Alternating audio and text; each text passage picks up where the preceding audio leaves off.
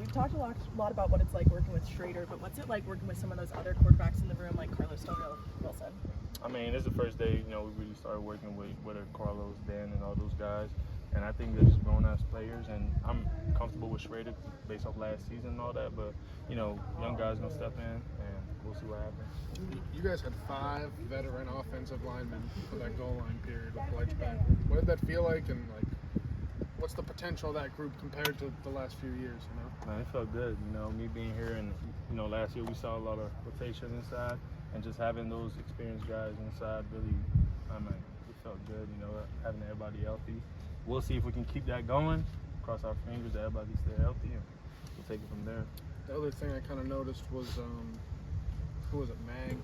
Had a big pickup on Linton. The tackle, tight ends working together. Yeah. Is that a little bit better than in years past? And do you think that kind of stems from Anai working with the tight ends? Mm-hmm. Yeah, it definitely got better, and I think our communication is better. And, me and Max, been doing a good job together, and all the other tight ends like Rhino got a lot of experience just helping out the tackles and stuff in pass protection. So You're the leader on this offensive line. Is there a specific O-lineman that you've taken under your wing that reminds you of yourself a little bit when you were younger to really help yourself out with your leadership? I'm trying to help everybody out, but I think Cruz, I really took Enrique Cruz under my wing because I think he got all the attributes to be a great O-lineman, whether at this level or the next level, and I'm just trying to, pass down my knowledge because, I play a lot of football for Syracuse, so I'm just trying to pass down my feel for the defense or the technique and all that stuff. What excites you about what Coach Anai is putting in here?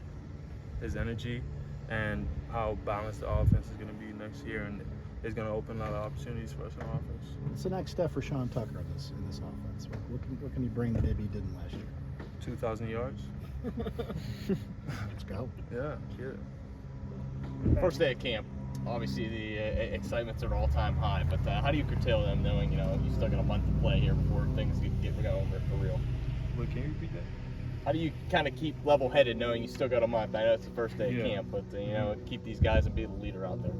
It's just, keep the energy going. It's the first day, everybody was excited, but the energy is not going to be the same 5 days from now, Sunday, when it's hot out. So, we just got to keep the energy, and leaders, we just got to bring that up, be vocal and all that stuff. Having seen all the work Bleich just put in to get back, what was it like to get, to see him out there, and what kind of versatility does he kind of open up lineup-wise? Yeah, it felt good to see him out there. He's been through a lot as a player and as a person, and I think just him getting in a center and just taking that step, his game to the next level, and be able to play guard and center. There's a lot of opportunities that's coming off that. How have you seen Garrett's game kind of change, knowing that this is his team moving forward?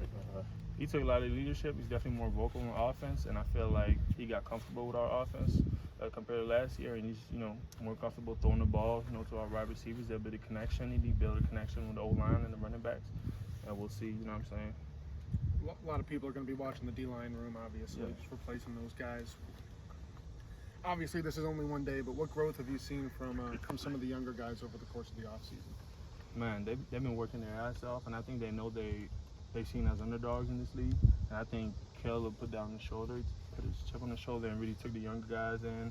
And really, y'all saw them putting that extra work, as a unit, and they just, working hard. And I think they're going to do a good job next year. And I think, Coach White is aware of that, and that he's going to help them with certain concepts and stuff.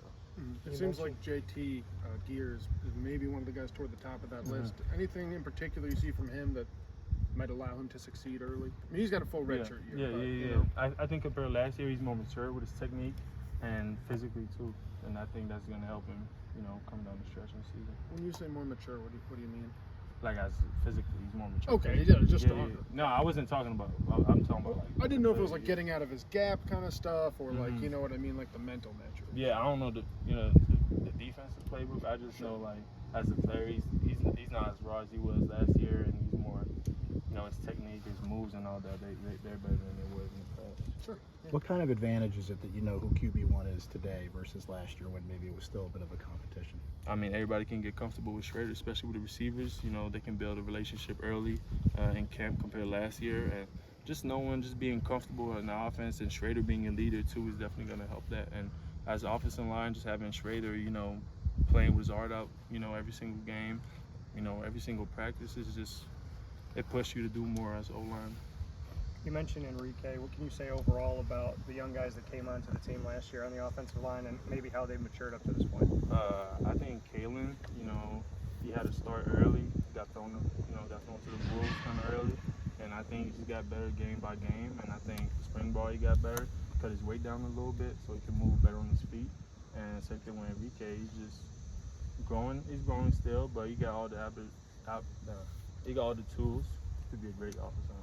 Rhino being an extra part of this offensive line, he's played everything. What has he meant to you, and what does he mean as an extension of the line? Man, Rhino been here since I got here. Built a great relationship with Rhino, and he's been the leader ever since I stepped foot on campus. And I think he's just comfortable with everybody, whether it's the staff, the players, the coaches, the trainer, even the people at the cafeteria. And I feel everybody got their trust, in Rhino.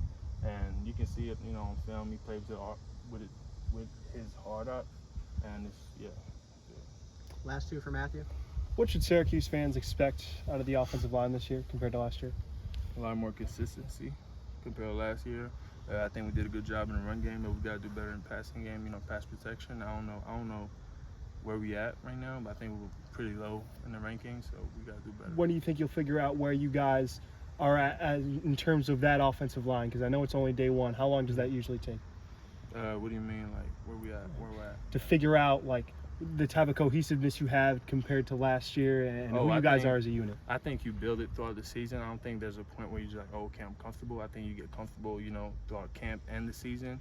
The level of communication day one of camp and the last day of the season is completely different. So the most important thing is that we keep growing. Last one. Good. All right.